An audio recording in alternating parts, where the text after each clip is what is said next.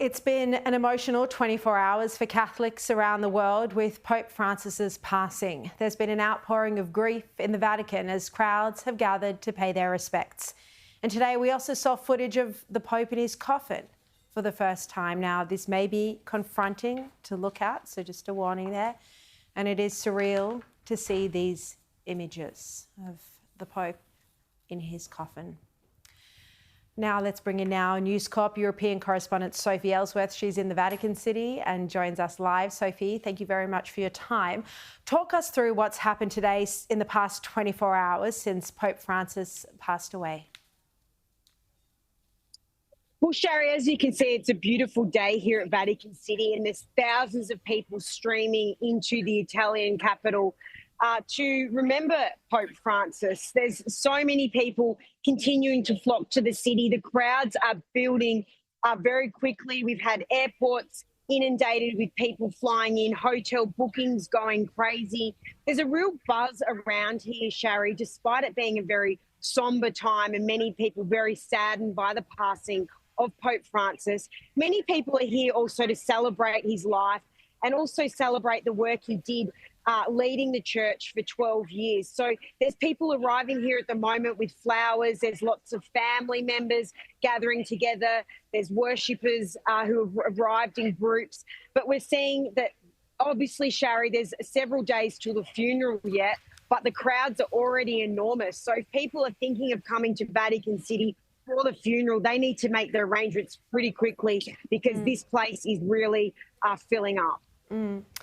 So yes, as you just said, the funeral is still to come. It'll be held on Saturday, 27th of April. What can you tell us about those details and whether or not the Vatican will fulfil the Pope's wishes to have a more pared back procession? So, Sherry, we don't know 100% sure. The last I heard when I checked here with the Vatican, everyone's saying Saturday is the most likely day for the funeral, but we're still waiting for details on that.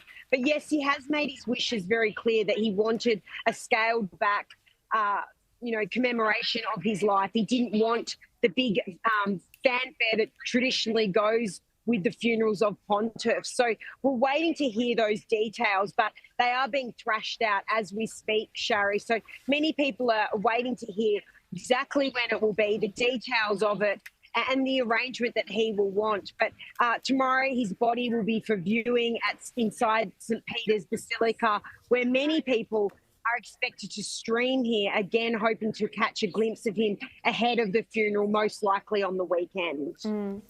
Now, Sophie, turning to the next Pope and the process that will happen in terms of how that Pope is chosen, can you talk us through a bit about that process and also who the leading candidates are, at least what's being reported in the media?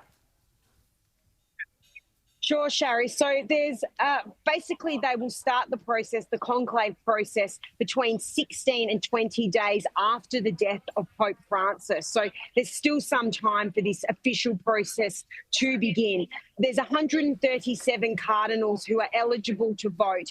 They must be under 80 years of age. So they will gather together at the Sistine Chapel and thrash out their voting in terms of appointing a new pontiff. Now, there are a couple of key candidates, and one of them is Filipino Cardinal Tagle. Now, he's one of the names that keeps being bandied around.